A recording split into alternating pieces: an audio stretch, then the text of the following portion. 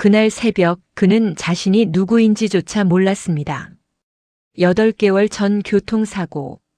기억을 잃은 남자는 서울 강남 대기업 청소부로 하루하루를 살아갑니다. 텅 빈 새벽 오피스, 아무도 쳐다보지 않는 투명인간 같은 살.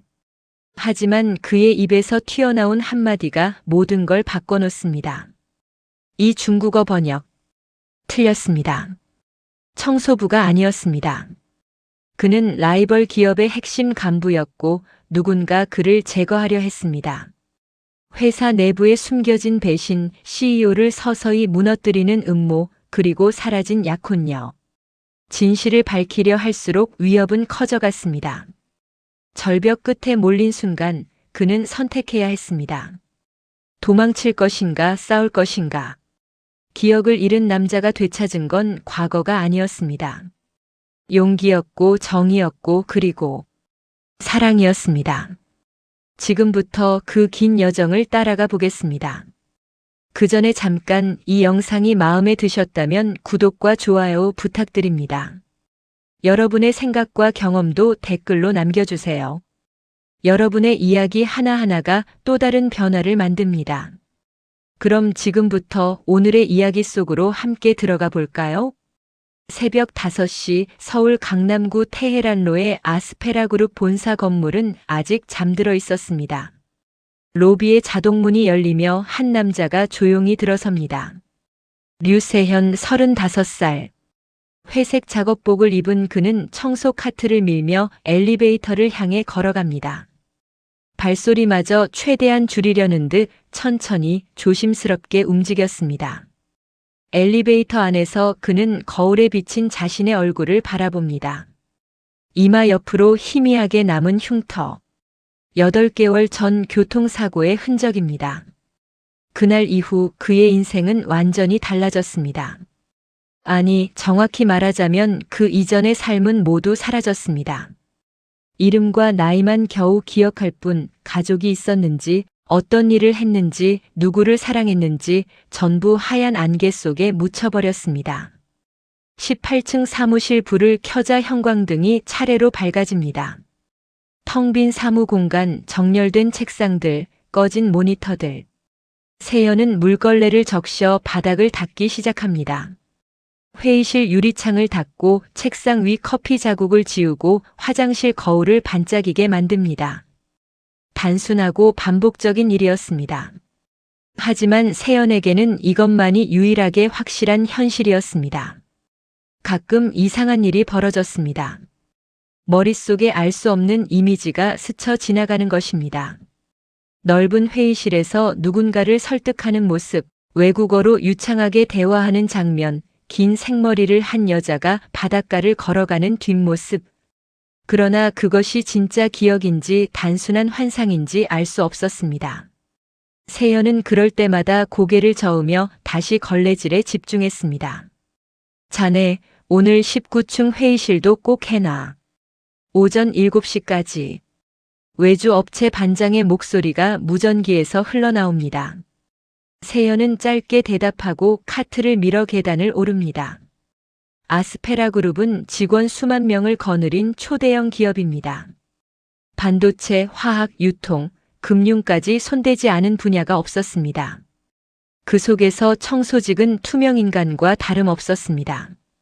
사람들은 그를 보지 않았고 그도 사람들을 마주치지 않으려 했습니다. 아침 8시가 되자 사람들이 하나둘 출근하기 시작합니다. 세연은 복도 구석에 카트를 세워두고 잠시 쉬고 있었습니다. 그때 양복을 입은 중년 남자가 지나가며 세연을 힐끗 봅니다. 구도현, 아스페라그룹 영업총괄 전무. 그는 청소 직원을 보며 비웃듯 말했습니다. 곧 AI 로봇이 너희 자리를 다 뺏을 거야. 그럼 뭐하고 살 건데?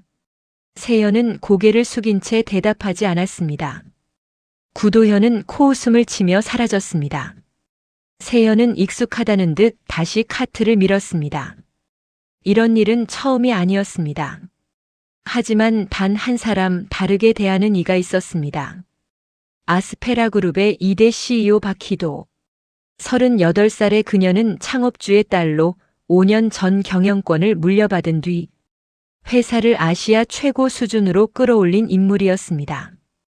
검은 정장을 즐겨 입는 그녀는 항상 단정했고 말수는 적었지만 결정은 빨랐습니다. 직원들은 그녀를 존경했지만 동시에 두려워했습니다. 어느 날 아침 세연은 19층 복도에서 박희도와 마주쳤습니다. 그녀는 평소보다 일찍 출근한 듯 서류 봉투를 들고 걸어오고 있었습니다. 세연은 몸을 벽 쪽으로 비켜 길을 내주려 했습니다. 그런데 박희도가 먼저 고개를 숙이며 인사했습니다. 수고하세요. 짧지만 또렷한 목소리였습니다. 세연은 당황스러워 어색하게 고개를 숙였습니다. 박희도는 그대로 지나갔지만 그 짧은 순간 세연은 그녀의 표정을 봤습니다. 피곤해 보였습니다. 눈 밑에 짙은 그림자가 드리워져 있었고 입가엔 미소가 없었습니다. CEO라는 자리의 무게가 느껴지는 얼굴이었습니다. 며칠 뒤 세연은 21층 사장실 앞 복도를 청소하고 있었습니다. 문이 열리며 박희도가 급하게 나왔습니다. 손에는 여러 장의 문서와 계약서가 든 봉투가 들려 있었습니다. 그런데 그녀가 걷다가 발을 헛디뎠고 봉투가 바닥에 떨어졌습니다. 서류들이 사방으로 흩어졌습니다. 아! 박희도가 당황한 표정으로 몸을 숙였습니다. 세연도 얼른 다가가 서류를 줍기 시작했습니다. 그런데 손에 쥔 서류 한 장에 세연의 시선이 멈췄습니다. 영어, 중국어, 프랑스어가 섞여 있는 복잡한 문서였습니다. M&A 계약 초안으로 보였습니다. 세연의 입이 저도 모르게 열렸습니다. 이 중국어 번역, 문맥이 좀 어색한데요. 여기 이 문장은 재무적 조율 필요가 아니라 지분 구조 전면 재협의로 번역돼야 하는 것 같은데. 순간 정적이 흘렀습니다. 박희도가 세연을 빤히 바라봤습니다. 세연도 자신이 무슨 말을 했는지 깨닫고 얼어붙었습니다. 왜 이런 말이 나왔는지, 왜 이 문서를 읽을 수 있는지 전혀 알 수 없었습니다. 다만 머리는 이미 문서를 정확히 이해하고 있었고 입은 자연스럽게 그것을 말하고 있었습니다. 중국어를 하시나요? 박희도가 조용히 물었습니다. 세연은 고개를 저었습니다. 잘 모르겠습니다. 그냥 그렇게 보였습니다. 박희도는 서류를 받아들며 세연을 계속 바라봤습니다. 그녀의 눈빛엔 놀라움과 동시에 무언가를 계산하는 듯한 빛이 스쳤습니다. 세연은 황급히 나머지 서류를 주워 건넸고 그녀는 짧게 고개를 숙인 뒤 사무실로 돌아갔습니다. 그날 오후 세연은 사장실로 호출됩니다. 문을 열고 들어서자 박희도가 책상 앞에 앉아 그를 기다리고 있었습니다. 그녀는 단도직입적으로 말했습니다. 당신에게 부탁하고 싶은 일이 있습니다. 청소 업무 외에 급하게 해외 문서를 검토하거나 통역이 필요할 때 잠깐 시간을 내줄 수 있나요? 세연은 잠시 망설였습니다. 하지만 거절할 이유도 거절할 힘도 없었습니다. 그는 고개를 끄덕였습니다. 박희도는 처음으로 희미하게 미소 지었습니다. 고맙습니다. 세연 씨. 그날부터 세연의 하루는 조금씩 달라지기 시작했습니다. 새벽엔 여전히 청소를 했지만 낮 시간 일부는 사장실에서 문서를 검토하거나 화상회 통역을 도왔습니다. 그는 영어뿐 아니라 중국어, 프랑스어까지 거의 원어민처럼 구사했습니다. 문서 속 위험 요소를 빠르게 파악하는 능력도 놀라웠습니다. 박희도는 점점 그에게 의지하기 시작했습니다. 지속되는 프로젝트와 내부 압박 속에서 처음으로 자신을 이해해주는 사람을 만난 듯한 느낌이었습니다. 두 사람은 새벽에 사장실에서 서류를 함께 검토하며 조용히 대화를 나눴습니다. 말은 많지 않았지만 서로의 존재가 위안이 되었습니다. 그러나 세연은 알지 못했습니다. 자신의 능력이 드러날수록 누군가의 시선이 점점 날카로워지고 있다는 것을. 복도 저편에서 구도현 전무가 차갑게 그를 지켜보고 있다는 것을. 그리고 곧 이 조용한 일상이 거대한 폭풍 속으로 휘말리게 될 것이라는 사실을 말입니다.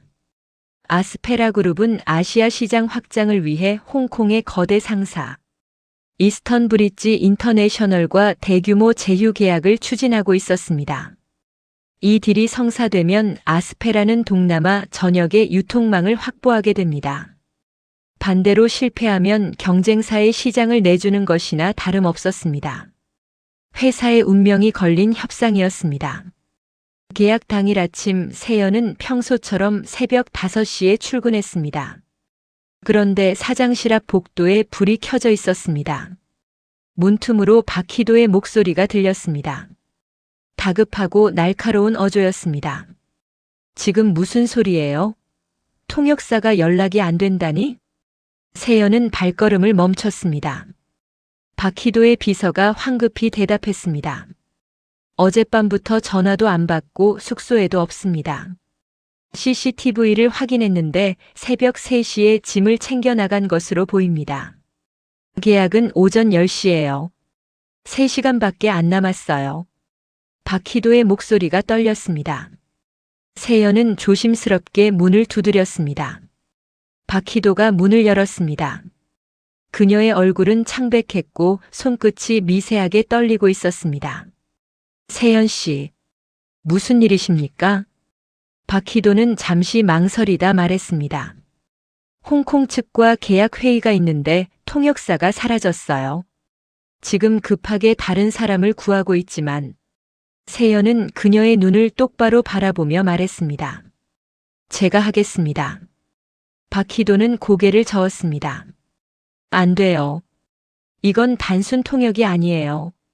협상 전략까지 이해해야 하는 자리예요. 한마디 실수가 수백억 원대 손해로 이어질 수 있어요. 그래도 대안이 없지 않습니까? 세연의 목소리는 차분했습니다. 박희도는 그를 한참 바라보다 깊게 한숨을 내쉬었습니다. 선택의 여지가 없었습니다. 오전 9시 30분 본관 17층 대회의실. 세연은 처음으로 정장을 입고 그 자리에 섰습니다. 회사에서 급하게 준비한 네이비 수트였습니다. 거울 속 자신의 모습이 낯설었습니다. 마치 오래전 어디선가 본 듯한 느낌이었지만 정확히 떠오르지는 않았습니다. 회의실 문이 열리고 홍콩 측 인사들이 들어왔습니다. 이스턴 브릿지의 대표 미스터 첸 그리고 그의 참모진 5명. 그들은 세연을 힐끗 보며 자리에 앉았습니다. 구도현 전무도 배석했습니다. 그는 세연을 보며 비웃듯 미소 지었습니다. 청소부가 갑자기 통역을 한다니 재미있군요. 세연은 대답하지 않았습니다. 박희도가 회의를 시작했습니다. 굿모닝 미스터 첸. 생크 유포 커밍. 세연은 자연스럽게 광둥어로 통역했습니다. 미스터 첸이 놀란 표정으로 세연을 바라봤습니다. 광둥어를 구사하는 한국인 통역은 흔치 않았기 때문입니다. 회의는 순조롭게 진행되는 듯 보였습니다. 양측은 기본 조건들을 확인했고 계약서 초안을 검토하기 시작했습니다. 그런데 미스터 첸이 넘기는 페이지에서 세연의 시선이 멈췄습니다. 13조 항목 지적재산권 귀속에 관한 내용이었습니다. 영문 버전과 중문 버전의 표현이 미묘하게 달랐습니다. 영문에는 쉐드 오너십으로 되어 있었지만 중문에는 우선 사용권이라는 표현이 추가로 들어가 있었습니다. 이것은 사실상 홍콩 측에 기술 주도권을 넘기는 조항이었습니다. 세연은 조용히 박희도에게 메모를 건넸습니다. 박희도가 그것을 읽고 표정이 굳어졌습니다. 그녀는 미스터 첸을 바라보며 차분하게 물었습니다. 13조 항목에 대해 재검토가 필요할 것 같습니다. 미스터 첸은 의아한 표정을 지었습니다. 문제가 있습니까?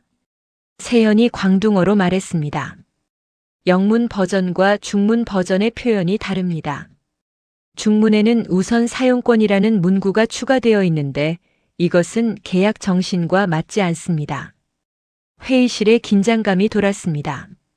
미스터 첸의 참모 중 한 명이 황급히 서류를 확인했습니다. 그는 미스터 첸에게 무언가 속삭였습니다. 미스터. 첸의 얼굴이 딱딱하게 굳었습니다. 실수였습니다. 수정하겠습니다. 세연은 그 순간 미스터. 첸의 눈빛을 놓치지 않았습니다. 실수가 아니었습니다. 의도적으로 넣어둔 조항이었습니다. 세연은 계속해서 문서를 꼼꼼히 검토했고 세 곳을 더 지적했습니다. 모두 홍콩 측에 유리하게 숨겨진 조항들이었습니다.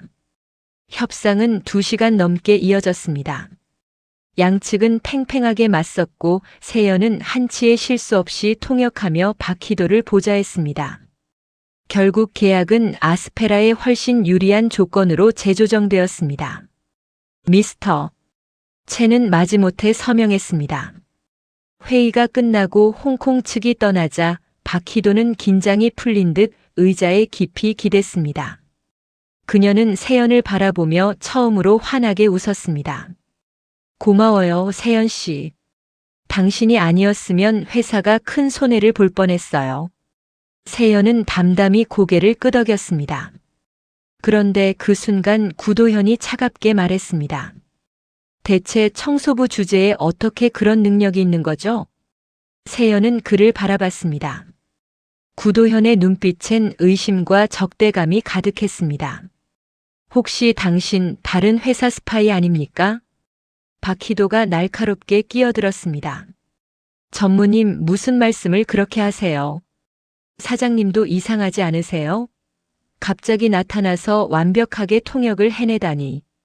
게다가 계약서 함정까지 다 찾아내고요. 너무 완벽해서 오히려 수상합니다. 세연은 침묵했습니다. 구도현의 말이 틀린 것은 아니었습니다. 세연 자신도 자기가 왜 이런 능력을 가졌는지 설명할 수 없었습니다. 그날 밤 세연은 좁은 원룸에 돌아와 침대에 누웠습니다. 천장을 바라보며 오늘 있었던 일들을 떠올렸습니다. 회의실에서 서류를 검토하던 순간 이상한 느낌이 들었습니다. 마치 오래전부터 해왔던 일을 다시 하는 것 같은 기분이었습니다. 손이 저절로 움직였고 머리는 자동으로 계산했습니다. 세연은 눈을 감았습니다.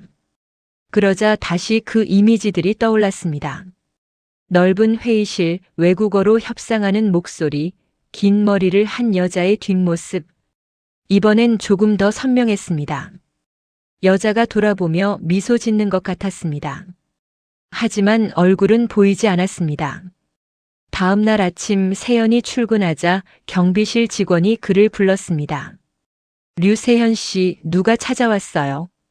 로비에 한 남자가 서 있었습니다. 30대 초반으로 보이는 안경을 쓴 말끔한 인상의 남자였습니다. 그는 세연을 보자 조심스럽게 다가왔습니다. 류세현 씨 맞으십니까? 네, 그런데요. 남자는 명함을 건넸습니다. IT 보안팀 과장 서태윤.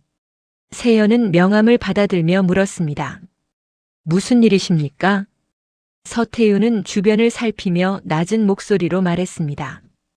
밖에서 이야기할 수 있을까요? 중요한 얘기가 있습니다.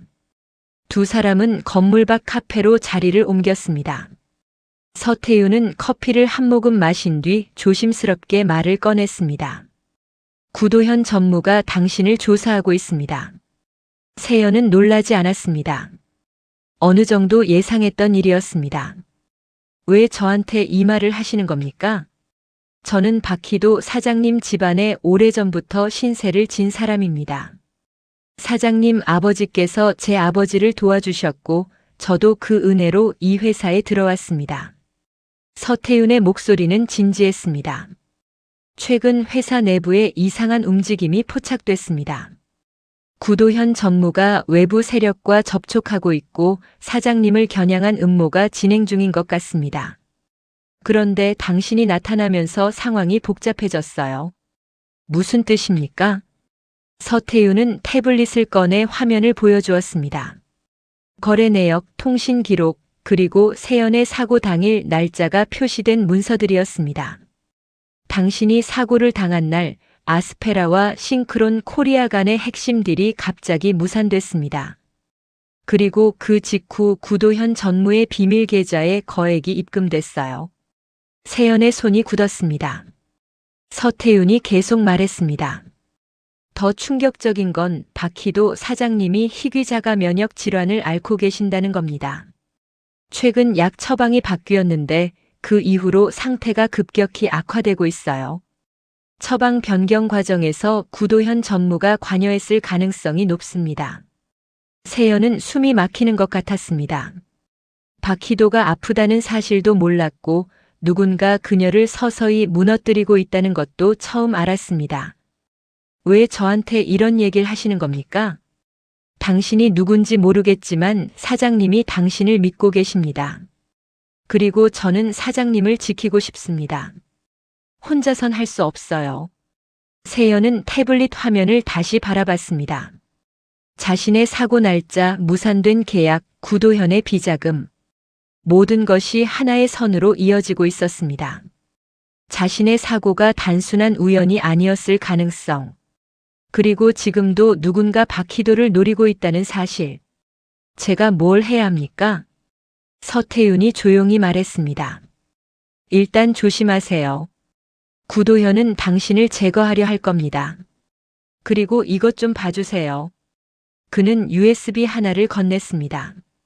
구도현이 최근 접촉한 사람들 명단입니다. 여기 싱크론 코리아 관련 인물도 있어요. 혹시 아는 사람 있으면 알려주세요. 세연은 USB를 받아들었습니다. 그날 밤 그는 원룸에서 USB를 열었습니다. 화면에 명단이 떴습니다. 낯선 이름들이 줄지어 있었습니다. 그런데 맨 아래 한 이름에 시선이 멈췄습니다. 사사키 레이너 마이너스 싱크론 코리아 부사장. 그 이름을 본 순간 세연의 머릿속에 강렬한 이미지가 스쳐 지나갔습니다. 긴 생머리를 한 여자가 웃으며 손을 흔드는 모습, 바닷가를 함께 걷는 장면, 그리고 누군가 그의 이름을 부르는 목소리. 세연아. 세연은 머리를 감싸 쥐었습니다. 통증이 밀려왔습니다. 기억이 돌아오려는 것일까 아니면 단순한 두통일까? 그는 알 수 없었습니다. 다만 한 가지는 확실했습니다. 자신의 과거와 현재 그리고 박희도를 둘러싼 음모가 모두 하나로 연결되어 있다는 것. 이제 더 이상 도망칠 수 없다는 것. 세연은 창밖을 바라봤습니다. 서울의 야경이 차갑게 빛나고 있었습니다. 그는 주먹을 꽉 쥐었습니다. 진실을 알아야 했습니다. 자신이 누구였는지, 왜 이런 능력을 가졌는지, 그리고 사사키 레이나가 누구인지. 구도현은 움직이기 시작했습니다. 세연이 회의에서 보여준 능력은 그에게 위협이었습니다. 더 이상 방치할 수 없었습니다. 그는 자신의 인맥을 총동원해 세연의 과거를 파헤쳤습니다. 병원 기록, 사고 기록, 그 이전의 흔적들. 그리고 마침내 결정적인 단서를 찾아냈습니다. 일주일 뒤 아스페라그룹 임시 이사회가 소집되었습니다. 갑작스러운 회의였습니다. 박희도는 의아해하며 회의실에 들어섰습니다. 이사진 12명이 이미 자리에 앉아 있었고 구도현이 단상 앞에 서 있었습니다. 그의 표정은 차갑고 단호했습니다. 오늘 긴급 회의를 소집한 이유는 회사 보안과 관련된 중대한 사안 때문입니다. 구도현은 프로젝터를 켰습니다. 화면에 세연의 얼굴이 떴습니다. 현재 우리 회사에서 청소 용역직으로 근무 중인 류세현. 그런데 최근 사장실 업무를 보조하고 있다는 사실 이사님들께서 아셨습니까? 이사들이 웅성거렸습니다. 박희도는 침착하게 대답했습니다. 업무상 필요에 의해 일부 통역과 문서 검토를 부탁했습니다. 문제가 됩니까? 문제가 되고 말고요. 구도현은 다음 화면을 띄웠습니다. 신문 기사, 계약서, 그리고 회사 로고가 보였습니다. 싱크론 코리아. 류세현 본명 맞습니다. 하지만 그는 8개월 전까지 싱크론 코리아 국제전략본부 이사로 재직했습니다. 우리의 직접적인 경쟁사 핵심 인물이었어요. 회의실이 술렁였습니다. 박희도의 표정이 굳어졌습니다. 구도현은 계속 말을 이었습니다. 더 흥미로운 건 8개월 전 우리 회사와 싱크론 간의 아시아 전략. 제휴가 무산된 시점과 그의 사고 시점이 정확히 일치한다는 겁니다. 그리고 그 직후 그는 기억을 잃었다고 주장하며 우리 회사에 청소부로 잠입했어요. 잠입이라니 그건 추측에 불과합니다. 박희도가 반박했습니다. 하지만 구도현은 또 다른 서류를 내밀었습니다. 이건 싱크론 내부 인사의 증언입니다. 류세현이 사고 직전까지 우리 회사 기밀에 접근하려 했다는 내용이에요. 그리고 지금도 그는 사장님을 통해 핵심 정보에 접근하고 있습니다. 박희도는 서류를 받아들고 읽었습니다. 내용은 정교했습니다. 진짜처럼 보였습니다. 하지만 그녀는 이것이 조작이라는 것을 직감했습니다. 문제는 증명할 방법이 없다는 것이었습니다. 전무님, 이건 명백한 모함입니다. 그렇다면 류세현을 직접 불러 해명을 들어보시죠. 구도현은 냉소적으로 웃으며 내선 전화를 눌렀습니다. 세현은 19층 복도에서 청소를 하고 있었습니다. 내선이 울렸습니다. 비서실에서 급히 올라오라는 연락이었습니다. 그는 불길한 예감이 들었지만 엘리베이터에 올랐습니다. 회의실 문을 열고 들어서자 모든 시선이 그에게 쏠렸습니다. 박희도가 창백한 얼굴로 그를 바라보고 있었습니다. 구도현이 비웃듯 말했습니다. 류세현 씨, 아니 정확히는 싱크론 코리아 전 이사 류세현 씨. 당신의 정체가 밝혀졌습니다. 세연은 화면에 띄워진 자료들을 바라봤습니다. 자신의 얼굴, 싱크론 코리아 로고 계약서들. 머릿속이 하얗게 비었습니다. 기억나지 않았습니다. 하지만 부정할 수도 없었습니다. 당신이 우리 회사에 스파이로 잠입한 목적이 뭡니까? 저는 기억이 없습니다. 기억이 없다? 참 편리한 변명이군요. 구도현은 이사들을 향해 말했습니다. 보시다시피 그는 해명조차 제대로 못하고 있습니다. 이런 인물이 우리 회사 핵심 정보에 접근했다는 것 자체가 보안상 중대한 위협입니다. 한 이사가 박희도에게 물었습니다. 사장님, 이 사실을 알고 계셨습니까? 박희도는 잠시 침묵했습니다. 그녀는 세연을 바라봤습니다. 그의 눈빛은 혼란스러웠지만 거짓은 없어 보였습니다. 그녀는 대답했습니다. 몰랐습니다. 하지만 류세현 씨가 스파이라는 증거는 없습니다. 전무님이 제시한 자료는 정황일 뿐입니다. 그럼 사장님은 그를 계속 신뢰하시겠다는 겁니까? 저는 그가 회사에 해를 끼쳤다는 증거를 본 적이 없습니다. 구도현은 차갑게 웃었습니다. 좋습니다. 그럼 조사가 끝날 때까지 류세현은 모든 업무에서 배제하고 회사 출입을 금지하는 게 어떻겠습니까? 이사님들 동의하십니까? 이사들이 하나둘 고개를 끄덕였습니다. 박희도는 입술을 깨물었습니다. 그녀도 막을 수 없었습니다. 세연은 경비에게 이끌려 회의실을 나왔습니다. 박희도가 뒤따라 나왔습니다. 세연 씨. 그녀의 목소리는 떨리고 있었습니다. 저는 당신을 믿습니다. 조금만 기다려주세요. 제가 반드시 진실을 밝히겠습니다. 세연은 고개를 숙였습니다. 사장님 죄송합니다. 제가 사장님께 폐를 끼쳤습니다. 아니에요. 당신 잘못이 아니에요. 하지만 세연은 그녀의 눈을 마주 볼 수 없었습니다. 그는 돌아서서 건물을 나왔습니다. 그날 밤 세연은 원룸에 홀로 앉아 있었습니다. 창밖으로 비가 내리고 있었습니다. 그는 노트북을 켜고 싱크론 코리아를 검색했습니다. 화면에 회사 정보가 떴습니다. 그리고 임원진 소개 페이지에서 한 사진을 발견했습니다. 사사키 레이나, 부사장. 긴 생머리를 한 여자가 차분한 미소를 짓고 있었습니다. 세연의 손이 멈췄습니다. 그 얼굴. 그는 분명 어디선가 본 적이 있었습니다. 머릿속에서 이미지가 스쳐 지나갔습니다. 바닷가, 등대 함께 걷는 모습. 그녀가 그를 보며 웃고 있었습니다. 세연아, 우리 여기서 약속하자. 목소리가 들리는 것 같았습니다. 세연은 머리를 감싸 쥐었습니다. 기억이 돌아오려는 듯 했지만 완전히 떠오르지는 않았습니다. 다만 한 가지는 확실했습니다. 이 여자가 자신의 과거와 깊이 연결되어 있다는 것. 그는 서태윤에게 전화를 걸었습니다. 과장님, 사사키 레이나라는 사람 알아요? 서태윤의 목소리가 조심스러웠습니다. 알고 있습니다. 싱크론 코리아 부사장이죠. 그리고 8개월 전 당신과 함께 아스페라와의 제휴를 추진하던 핵심 인물입니다. 지금 어디 있습니까? 사고 직후 실종됐습니다. 아무도 그녀의 행방을 모릅니다. 세연은 침묵했습니다. 서태윤이 조심스럽게 말을 이었습니다. 류 이사님, 아니 세연 씨. 더 알려드릴 게 있습니다. 당신과 사사키 레이나는 약혼 관계였습니다. 전화기를 쥔 손이 떨렸습니다. 세연은 아무 말도 할 수 없었습니다.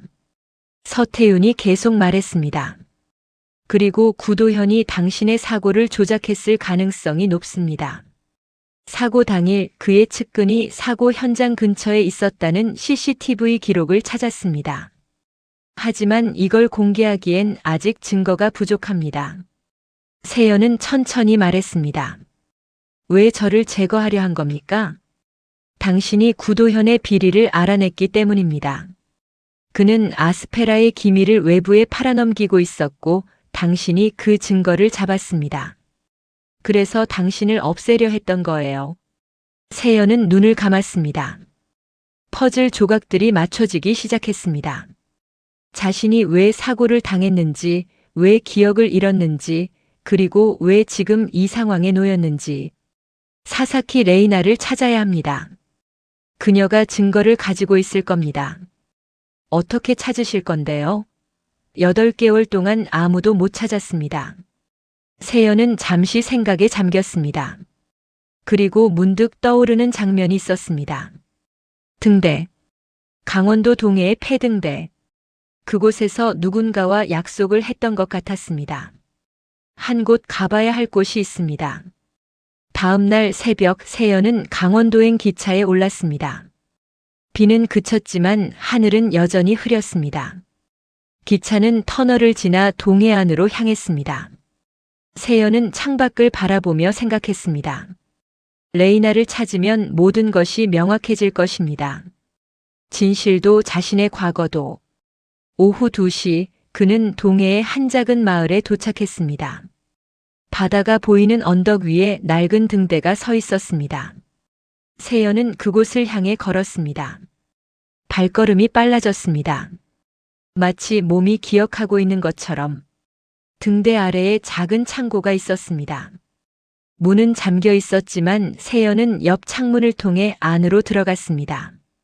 먼지가 쌓인 공간, 낡은 의자와 테이블, 그리고 테이블 서랍 안에 작은 금속 상자가 있었습니다.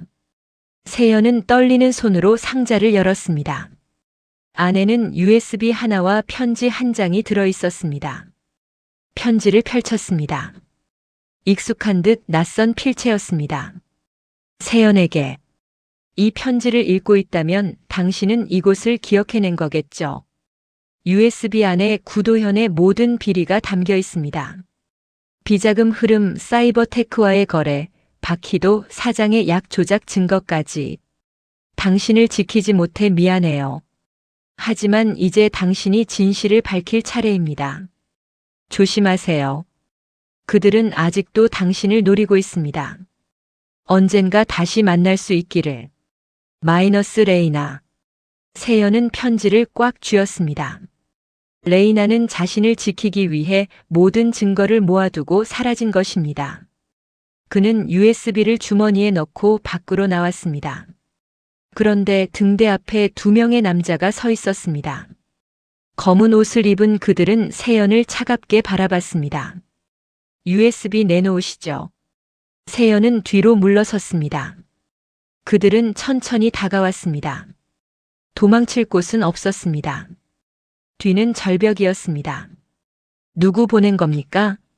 알 필요 없어요. 그냥 USB만 주면 목숨은 살려드리겠습니다. 세연은 주머니 속 USB를 만졌습니다. 이것이 바퀴도를 지킬 유일한 증거였습니다. 넘겨줄 수 없었습니다. 그는 뒤를 돌아 절벽 아래를 내려다봤습니다. 바위와 파도가 부딪히고 있었습니다. 순간 결심했습니다. 그는 USB를 꽉 쥐고 절벽 아래로 뛰어내렸습니다. 차가운 바닷물이 온몸을 감쌌습니다. 세연은 필사적으로 헤엄쳤습니다. 파도가 그를 바위로 밀어붙였지만 그는 USB를 놓지 않았습니다. 의식이 흐릿해졌습니다. 하지만 포기할 수 없었습니다. 바퀴도를 지켜야 했습니다. 레이나의 희생을 헛되게 할 수 없었습니다. 저 멀리서 사이렌 소리가 들렸습니다. 그리고 누군가 그의 몸을 끌어올리는 것 같았습니다. 세연은 USB를 가슴에 꽉 안고 의식을 잃었습니다. 세연이 눈을 떴을 때 천장이 하얗게 보였습니다. 병원이었습니다. 몸 곳곳이 쑤셨지만 의식은 또렷했습니다. 그는 본능적으로 주머니를 더듬었습니다. USB가 없었습니다. 가슴이 철렁 내려앉았습니다. 찾는 거 이거예요? 옆에서 목소리가 들렸습니다. 서태윤이었습니다. 그는 비닐봉투에 든 USB를 보여주었습니다. 다행히 물에 젖지 않았어요. 방수 케이스였더군요. 세연은 안도의 한숨을 내쉬었습니다. 서태윤이 의자를 당겨 앉으며 말했습니다. 해안경비대가 신고를 받고 출동했어요. 제가 당신 휴대폰 위치를 추적하고 있었거든요. 위험할 거라 예상했습니다. 고맙습니다. 그 사람들은 도망갔어요. 하지만 CCTV에 얼굴이 찍혔습니다. 사이버테크 소속이에요. 구도현과 연결된 조직입니다. 세연은 천천히 몸을 일으켰습니다. 서태윤이 USB를 건네며 조심스럽게 말했습니다. 내용 확인했습니다. 결정적이에요. 구도현의 비자금 흐름, 사이버테크와의 녹음 파일, 바퀴도, 사장님 처방 조작 증거까지 전부 들어있습니다. 사장님은 괜찮으십니까? 서태윤의 표정이 어두워졌습니다. 상태가 좋지 않습니다. 처방이 바뀐 후로 계속 악화되고 있어요. 하지만 본인은 아무렇지 않은 척하며 일하고 계십니다. 세연은 주먹을 쥐었습니다. 더 이상 시간을 낭비할 수 없었습니다. 이 증거를 어떻게 공개할 겁니까? 일주일 후 싱가포르에서 아시아 지역 이사회가 열립니다. 구도현이 그곳에서 임시 CEO 선임을 추진할 계획이에요. 그 자리에서 모든 걸 폭로해야 합니다. 제가 출입 금지 상태라는 거 아시죠? 서태윤이 미소 지었습니다. 그래서 제가 있는 겁니다. 사흘 후 세연은 퇴원했습니다. 서태윤의 집에 머물며 증거 자료를 정리했습니다. USB 안에는 방대한 양의 파일이 들어 있었습니다. 구도현의 비밀 계좌 거래 내역, 사이버테크 임원과의 통화 녹음, 바퀴도의 주치의를 매수한 증거, 그리고 세연의 사고를 조작한 정황까지. 세연은 자료를 보며 자신의 과거를 조금씩 되찾아갔습니다. 8개월 전 그는 싱크론 코리아에서 아스페라와의 전략적 제휴를 추진하고 있었습니다. 레이나와 함께 두 회사가 손잡으면 아시아 시장을 장악할 수 있었습니다. 하지만 구도현은 그것이 자신의 권력을 위협한다고 판단했습니다. 그는 사이버테크와 손잡고 제휴를 무산시키려 했습니다. 세연이 그 음모를 눈치채자 구도현은 그를 제거하기로 결심했습니다. 교통사고로 위장해서 레이나는 모든 증거를 모아 세연을 지키려 했지만 그녀 자신도 위험에 빠졌습니다. 결국 그녀는 증거를 숨기고 자취를 감췄습니다. 레이나는 지금 어디 있을까요? 세연이 중얼거렸습니다. 서태윤이 고개를 저었습니다. 모릅니다. 하지만 살아있다면 분명 지켜보고 있을 겁니다. 세연은 창밖을 바라봤습니다. 어딘가에서 레이나도 같은 하늘을 보고 있을 것입니다. 그는 마음속으로 말했습니다. 조금만 기다려달라고. 반드시 진실을 밝히겠다고. 그날 밤 세연은 서태윤 몰래 병원으로 향했습니다. 박희도가 입원해 있다는 소식을 들었기 때문입니다. 병원 로비에서 망설이다 결국 병실 번호를 물었습니다. 7층 703호. 복도를 조용히 걸어가자 병실 문 앞에 비서가 앉아 있었습니다. 그녀는 세연을 보고 놀랐습니다.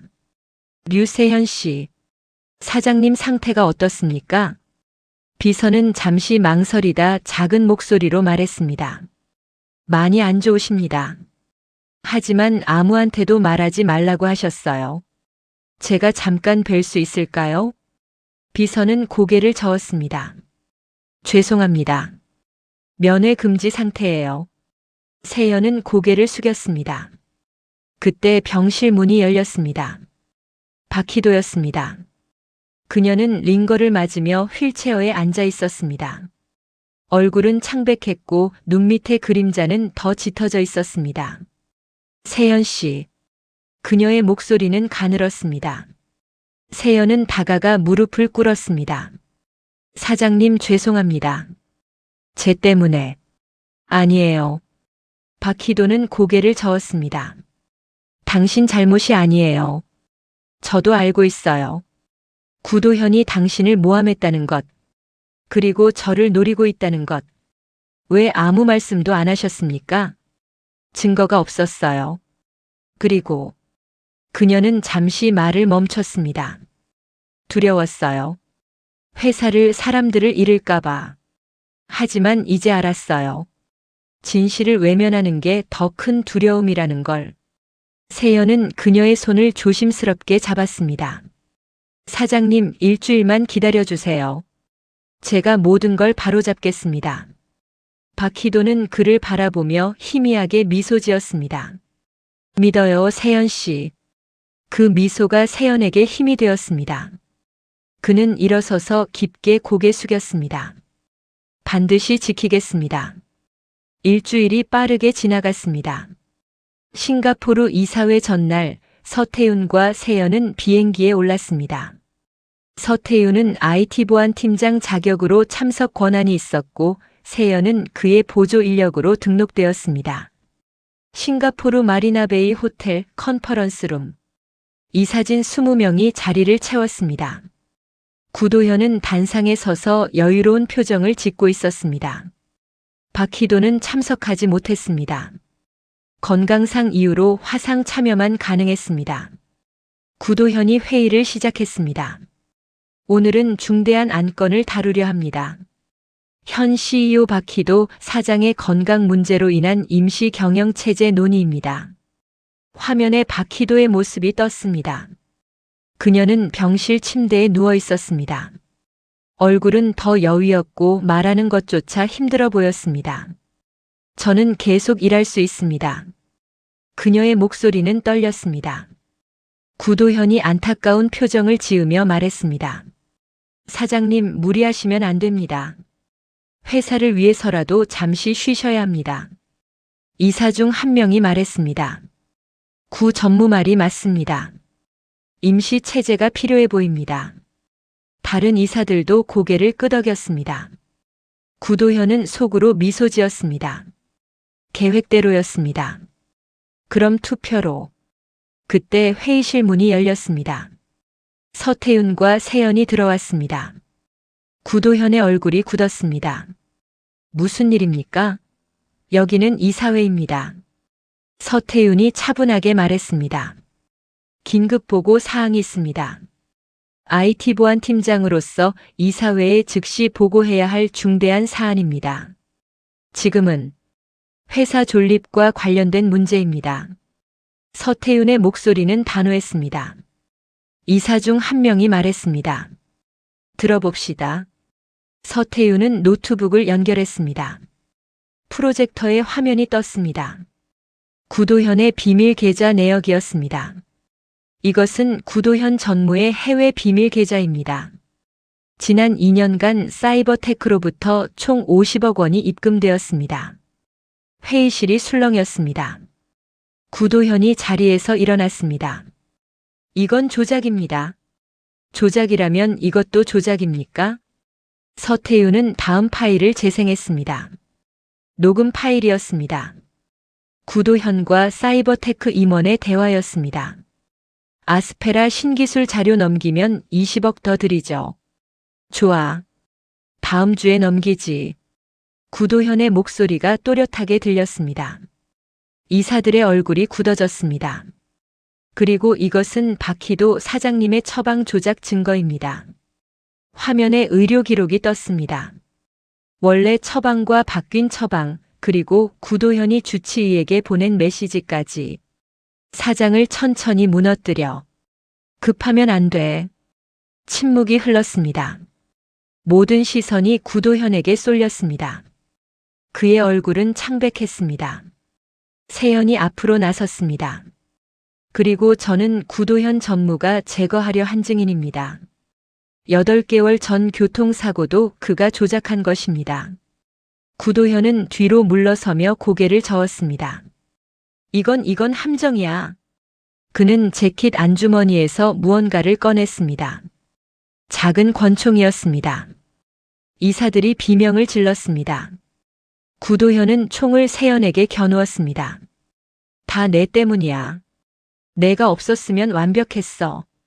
그가 방아쇠를 당기려는 순간 회의실 문이 다시 열렸습니다. 싱가포르 경찰이 난입했습니다. 서태윤이 미리 연락해둔 것이었습니다. 총알이 발사되었습니다. 세연은 옆으로 몸을 피했지만 총알이 어깨를 스쳤습니다. 그는 비틀거리며 쓰러졌습니다. 경찰이 구도현을 제압했습니다. 세연은 바닥에 쓰러진 채 화면 속 박희도를 바라봤습니다. 그녀는 눈물을 흘리고 있었습니다. 세연 씨. 그녀의 목소리가 마지막으로 들렸습니다. 세연은 미소 지었습니다. 해냈다고 생각했습니다. 그리고 의식이 흐려졌습니다. 사흘 후 세연은 다시 병원에서 눈을 떴습니다.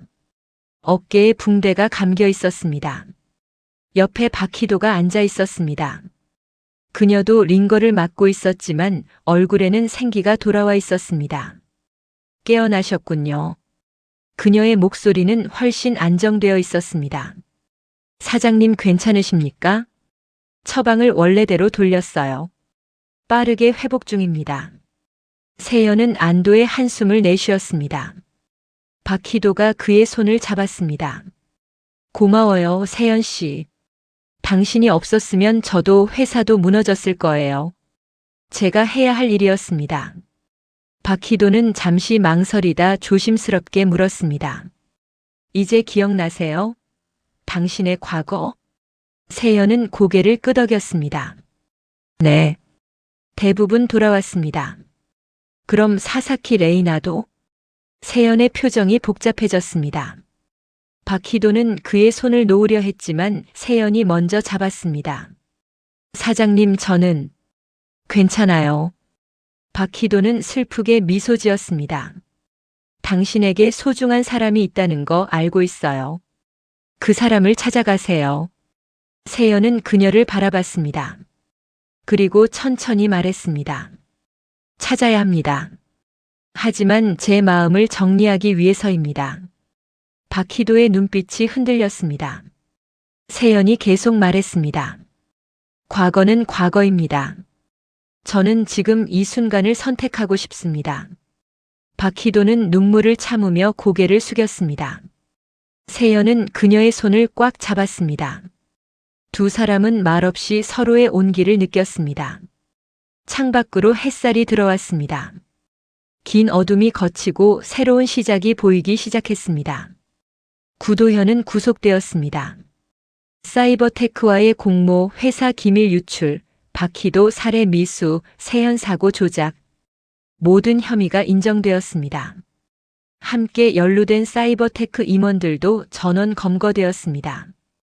아스페라 그룹은 진통을 겪었지만 진실이 밝혀지면서 오히려 내부가 단단해졌습니다. 박희도는 한 달간 치료에 집중했습니다. 원래 처방으로 돌아가자 몸은 빠르게 회복되었습니다.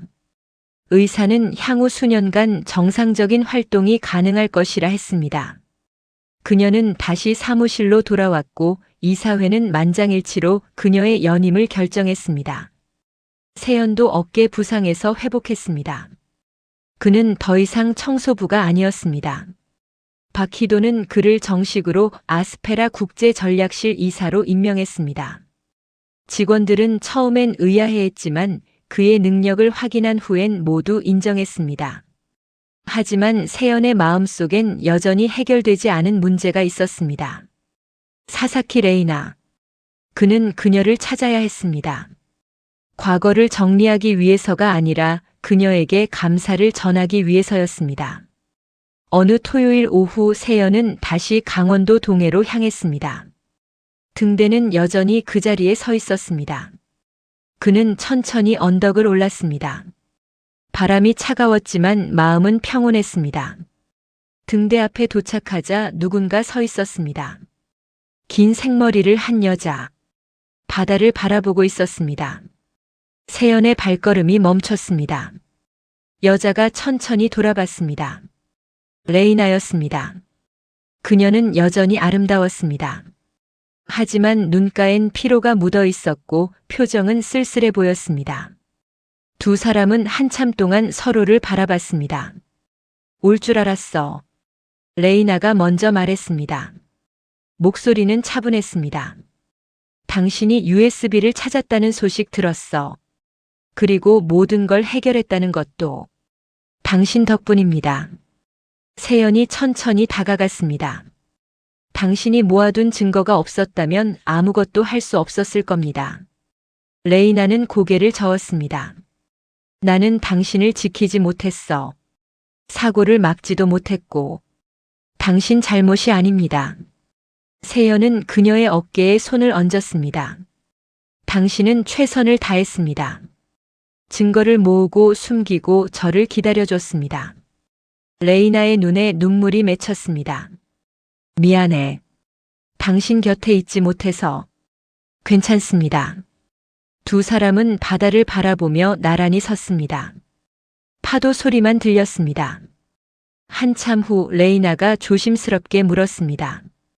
기억 다 돌아왔어? 네. 우리가 함께 일했던 것, 아시아 전략을 설계했던 것, 그리고 세연은 잠시 말을 멈췄습니다. 약혼했던 것도.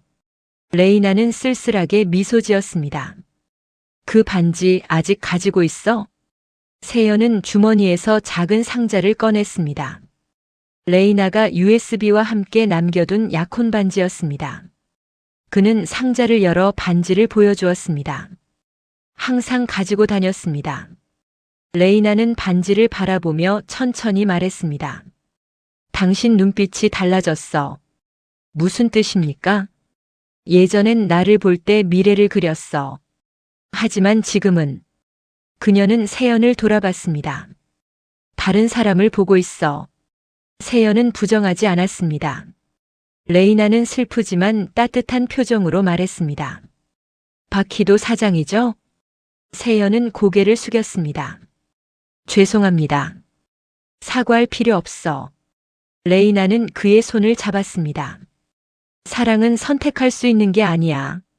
그냥 찾아오는 거지. 당신이 그녀를 선택한 게 아니라 마음이 그녀에게 간 거야. 하지만 괜찮아.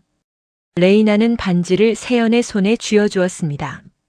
나는 이미 알고 있었어. 사고 이후 당신이 다른 삶을 살게 될 거라는 것.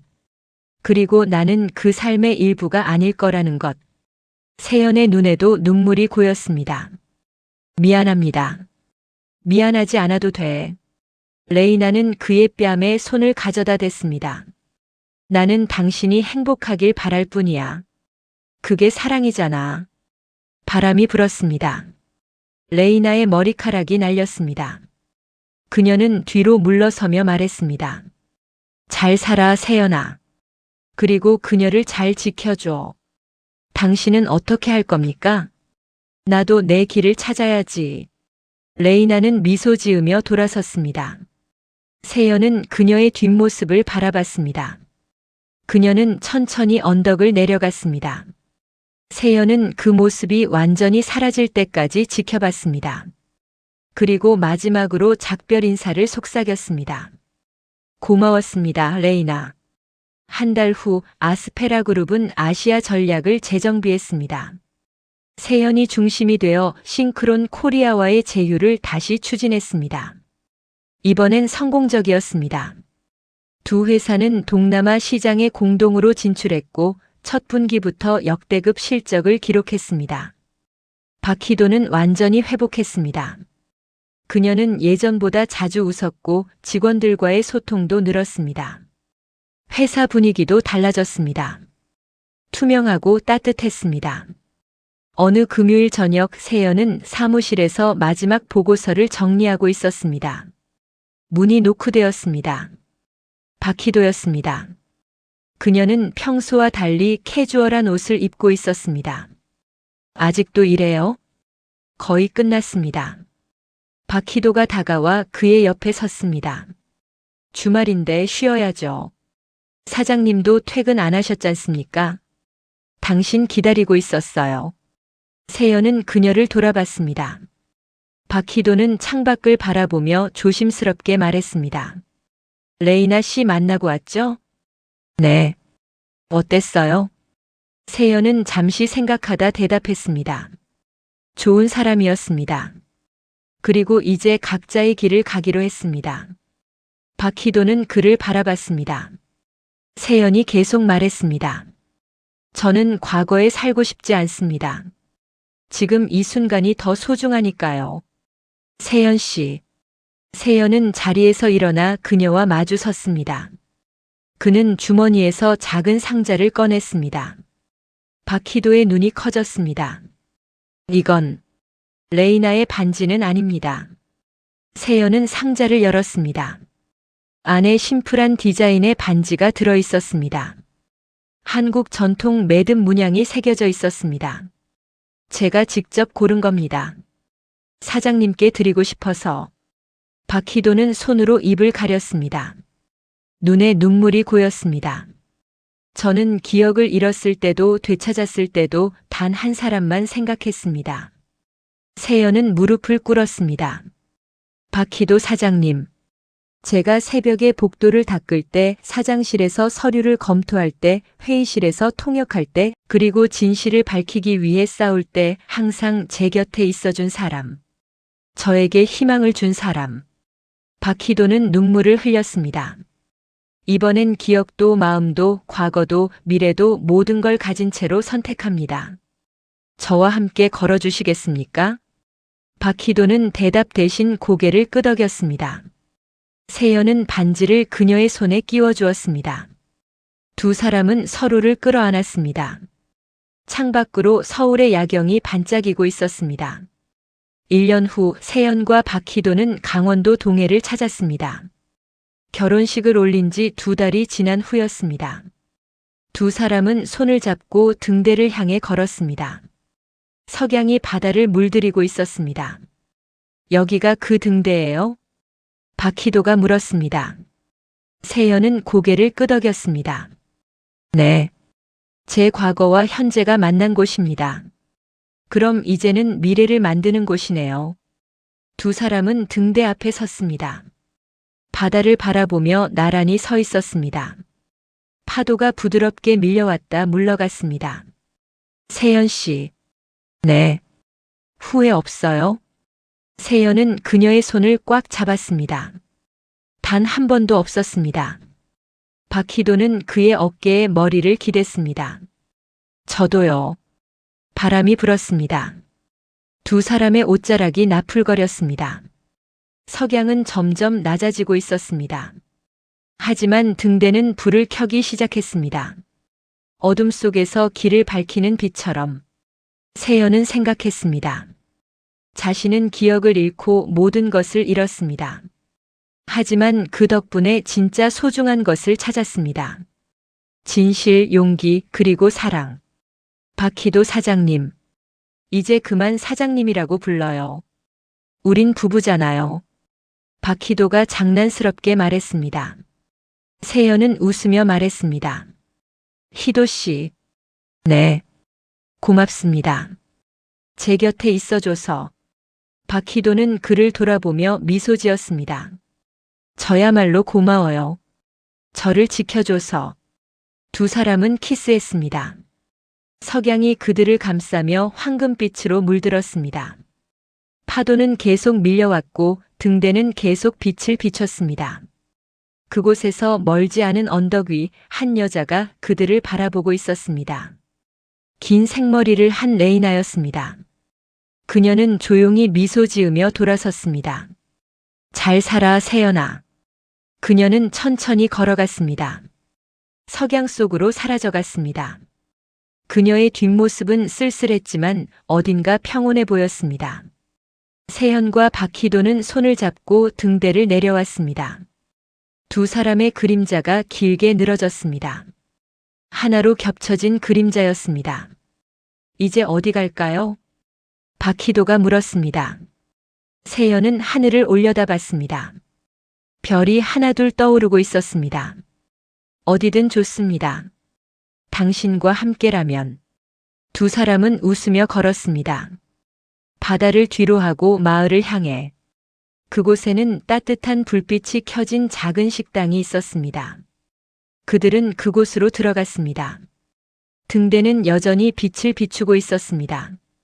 어둠 속에서 길을 잃은 이들을 위해, 그리고 새로운 시작을 꿈꾸는 이들을 위해. 세연의 삶은 한 번 무너졌습니다. 하지만 그는 다시 일어섰습니다.